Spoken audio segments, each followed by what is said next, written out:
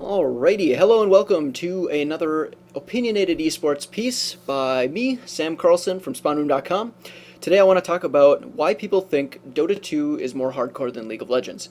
But before I jump in, I need to give a shout out to Aerosenin from Complexity. He's at the Complexity Gamma Gamer House right now, I think, and owning it up at StarCraft 2. He sent me a message and he wanted me to let everyone know that he wrote a blog post about why professional gaming teams need athletic trainers. So you can check it out here. They have a pretty funny video. I think the song's going to be stuck in my head now. So go check that out. And you can read his article. It's pretty decently long, talking about basically why esports should consider having like personal trainers to help the gamers and help the casters and stuff. I suppose like preventatively, stop them from forming serious injuries from playing really long or casting really long tournaments and stuff like that. So go check it out. I'll put the link in the video description below so you can go give it a read and whatnot. So, yep. Okay, so yeah, let's switch back. Okay, so today I want to talk about why people consider Dota 2 more hardcore than League of Legends.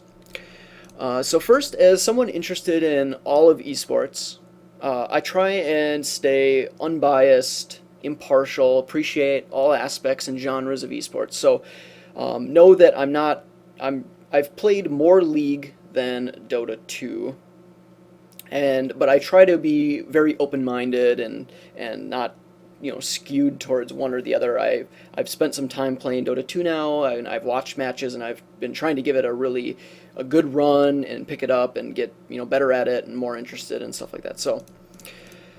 So yes. So why is Dota 2 considered more hardcore? First, I just want to take a quick look at the companies and their games from like a non-gameplay perspective. And if we do that, they both seem very similar, right? Valve is known for developing competitive titles, nurturing competitive communities, at least to some degree. Counter-Strike fans might disagree a bit, but and Valve also is known for maintaining their games for the long term, keeping them around and patched and everything. Riot is also very supportive, and I think you could argue even more so in terms of competitive gaming. I mean, they are like totally gung-ho focused on esports right now. However, they haven't been around that long making this game, so I guess we'll have to see, in the long term, how loyal are they to esports and stuff. But basically, I just wanted to note that both companies, both games, they're designed for esports. So I think they're equal in that ground. So I don't want to focus too much. I don't want that to come up and it was like some major arguing point. I think we can agree that both companies are esports focused and supportive. So that's great. Okay, so what is worth considering though? And I think the first obvious thing is strategic elements. And if we look at other games like StarCraft 2, for instance, it is really deep. There is a lot of strategy. Casters like Day9 have said, it's like chess. It's like a more fancy chess. Because it has a lot of stuff to look at. But even something like Quake Live, which seems very simple, like a lot of people watch Quake Live and they see this is just a basic shooter, there's not much there, it's just people who are really good at moving and shooting. But if you analyze pro gameplay, if you listen to the thoughts of professional Quake Live players, there is a ton of strategy that happens, like a ridiculous amount that goes on behind the scenes. And the reason is because the game is so pure, so there's such few strategic elements in the game that it's literally just like two people that have gone head to head and their brains are battling. And if you want to know more about what I'm talking about, look up Behind the Play Quake Live. It's the second episode of the Behind the Play series that I did, and it basically explains the intricacies of Quake Live. But so basically, there's these two levels of strategic elements. There's like real tons and tons of strategic elements like in StarCraft 2, or very few like in Quake Live. And the same is true for Dota 2 and League of Legends. I think that's the biggest difference. So let's take a look. It seems okay. So when you launch Dota 2 and you start a match, it seems immediately obvious that there are a lot more of these strategic elements in Dota 2, like a lot more. And I don't even think you can argue against it. I mean, the fact that there's more strategic elements just means that there's more strategy, right? Like you give some players lots and lots of options, it would just be foolish to say that there's less strategy there than, because like League has much less options. And here are some examples of additional strategy in Dota 2. So first of all, there's movement variations between the champions, or heroes I should say, which alter the playstyle.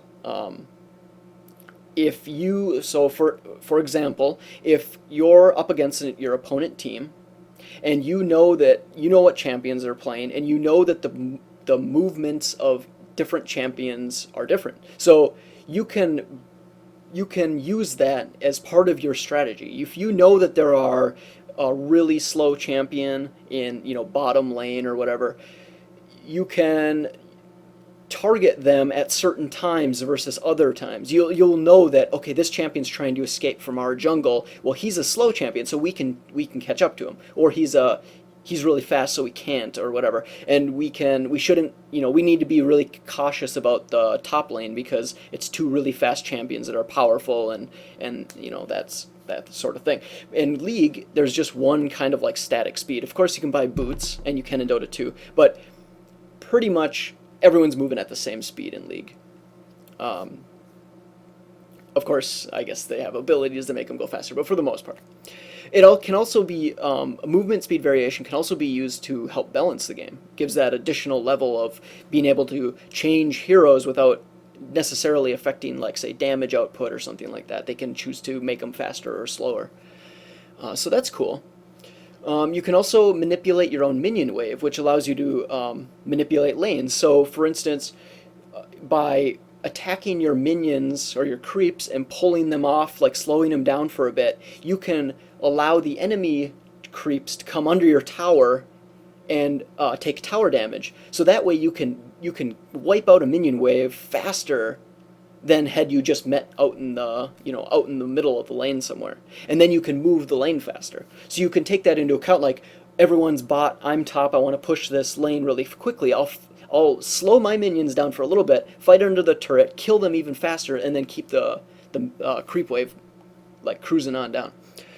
So there's another one. You can deny creep by stealing last hits, which is really cool. So I was reading someone's example of this. You could have say you're mid against someone else, and depending on the hero, you might change your strategy up, where I am going to, instead of focusing on getting last hits, I'm going to focus on stealing last hits from him, because even though it will make me weaker, he's got a champion that I can't afford to have farming freely in mid, because he's just going to roll me at some point. So I'm going to slow down his progress, and then maybe get some ganks in there or something, so we can try and balance out the lane or get an advantage, which I think is really cool. I think the fact that you can manipulate minion waves and kill minions and stuff is actually a really cool idea. A really big one is that virtually like every item in the game has an active effect, which is crazy. In League, I mean, it's, you might have one item in your item bar that has an active effect that you can cast. In Dota 2, it was like every single item has a cast, which obviously just adds way more strategy, because there's so much more that you don't have just your 4 abilities in just one, maybe one item. You have, your four abilities and 6 items to cast, which is crazy. Plus, they have more usable items. It felt like there was a lot more to select in terms of stuff that you can buy and cast, like for getting bonuses, bonus damage, bonus stats, pots, and all sorts of things like that. And lastly, they have something called orb walking in Dota 2, which is like I didn't look at this too deeply, but I guess it's like an animation cancel, kind of like a really efficient way to like do your basic auto attack and move at the same time, kind of, or like in a really close interval, so that you can attack, move, attack, move, attack, move without like attack, wait for the animation to finish, then move. You can like keep up with someone and attack them more efficiently. And apparently there's some controversy that this exists in LoL, but it's to like a lesser degree. It's not like true orb walking or something like that. You can look that up if you're really interested. Okay, so because of these differences, because of all this additional options that people can pursue, these like subtle abilities that you can have, Dota 2 seems less forgiving and more difficult, which kind of go hand in hand, and it seems to have much, much deeper strategy. However, there are consequences to this, and I think this is what explains why League of Legends is so much more popular than Dota 2. And okay, so first of all, it seems less exciting to watch. When I've watched League streams versus Dota 2 streams, League of Legends almost always seems just more inherently exciting. And I think the reason is because League is just a shallower game. There's less of these strategic elements, which means that there's just more team fighting. There's not all these other choices that you have, so you just basically resort to engaging in combat at a higher statistical rate.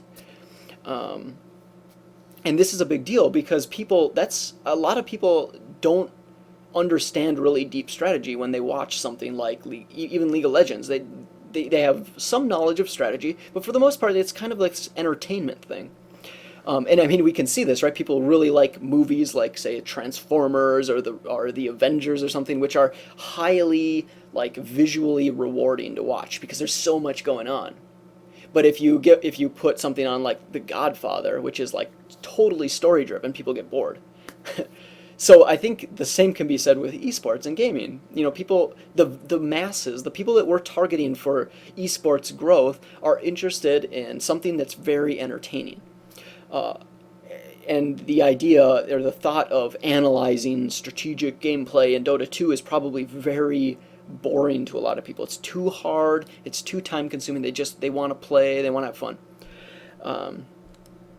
Also, in terms of team fights, in League of Legends, champion survivability seems much higher, which means that the team fights are a lot longer. I mean, in the League matches that I've watched, champions seem to get away with very little health a lot more often than Dota 2, which seems less forgiving. Like I said, if you get caught out, make a big mistake, you're like going to die. That's what it seems like. Anyway. There's also a higher entry barrier to new players, which I think is pretty obvious. There's just so much more to learn that it's just difficult for new players to get into the game and enjoy it more easily.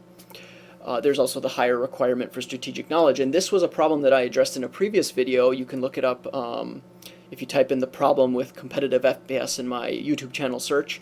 You'll get it, and it talks about in first-person shooters, there is, I believe, a problem where basically people who spectate something, say, like Counter-Strike, the reason it's not as popular as something like League of Legends or StarCraft 2 is that there's not a lot of visual reward to watching it. You're basically just, to someone who's just started watching it, what they see is people shooting each other. They don't see all the strategy in the background. And it's a bad ratio, basically. There's like not a lot to watch that's easy to get into, and then there's a high requirement for strategic knowledge, and I feel like that's a really bad combo. Whereas League of Legends has a really good ratio for like basically noob spectators. There's a lot to focus on, there's a lot of exciting visual reward, and the barrier for, or the entry point for understanding the competition, the strategy, is much lower, so it's easier to get into it. And lastly, I think the movement variation and the fact that there's like a delay when in League of Legends, when you click to move, your champion like moves instantly and it's fast.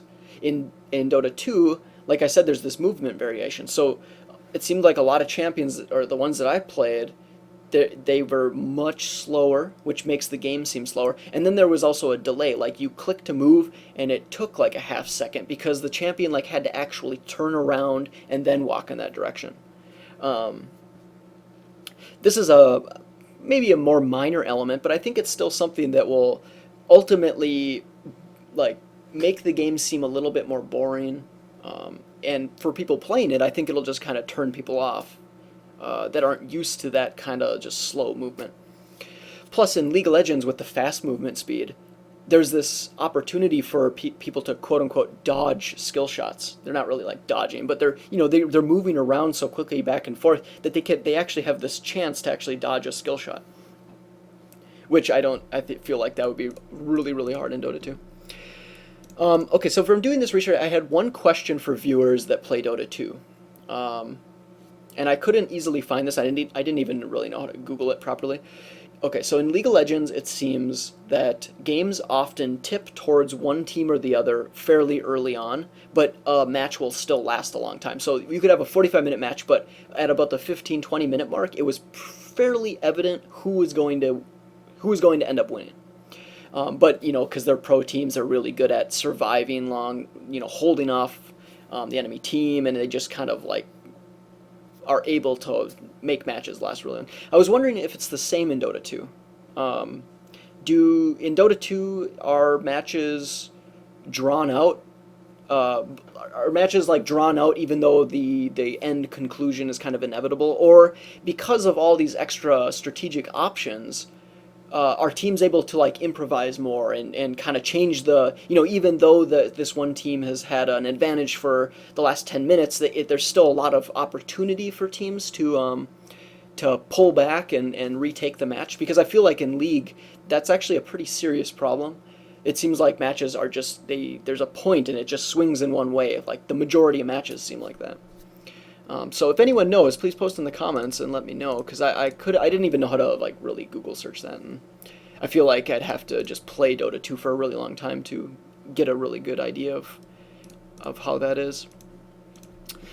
Another minor note I wanted to make is that I feel like League is probably more visually appealing than Dota 2. Dota 2 seems very polished and it looks really nice. The interface is great. I love it.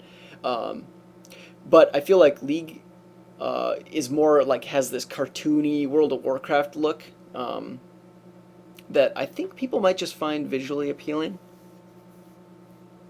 And I was thinking about it, and I was thinking, like, even if 1% of MOBA gamers, say there's like probably 40, 50 million MOBA gamers out there, even 1% of MOBA gamers that choose a game, say they choose League over Dota 2 because of its visual appeal, that could be like 400,000 to 500,000 players, which is, a significant amount. So, I don't know, just a different minor little thing to think about there.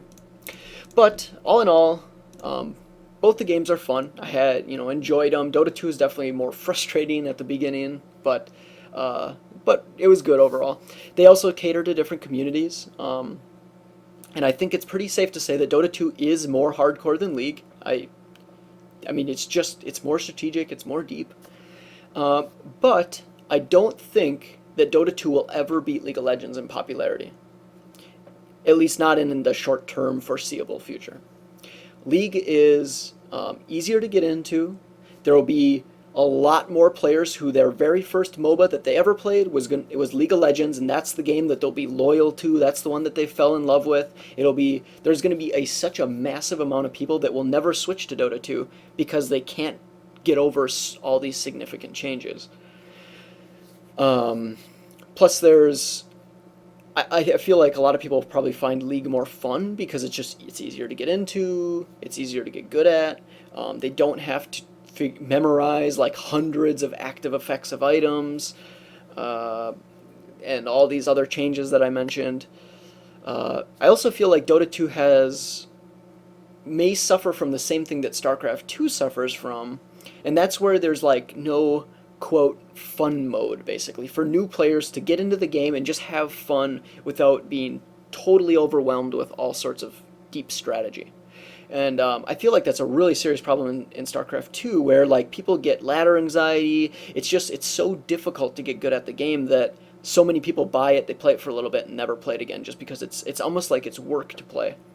And I have a feeling Dota 2 is probably going to have the same problem. So yeah, I think if we choose Dota 2 and StarCraft 2 and titles like that as like those are the premier esports titles, I mean, maybe that's fine, but we should also be very supportive of League of Legends, because it's a great entry point for a lot of people to get into esports. We need that. If I feel like there's going to be a lot of players, if we pick Dota 2 and the esports community totally shuns League of Legends, we're also going to shun a lot of potential people, potential audience and stuff, because they are not going to be able to get into games like Dota 2 and StarCraft 2. It's just too hard. Even though those games might be like the premier, definitive, strategic esports titles, that doesn't matter to like the majority of people. They just want a game that's fun, that they can get into. I mean, there's that idea that, you know, people who play a sport or play a game or something enjoy spectating what they play more than people that don't play it. So like if you play, you know, say traditional sports like football or soccer, you probably enjoy watching football and soccer than non-players, because you understand more, you have the experiences, you fell in love with it. So, you know, if we cut something like League of Legends out, I think we're going to cut out a lot of people. So, yeah, so that's basically what I wanted to talk about today. Hopefully those were some points that you can think about. If you have any, you know, counter arguments or something, feel free to post them in the comments below. Otherwise, thank you very much for listening, and stay tuned for future content. And remember to check out the shout out to Arisen on complexity. So, thank you very much. See you next time.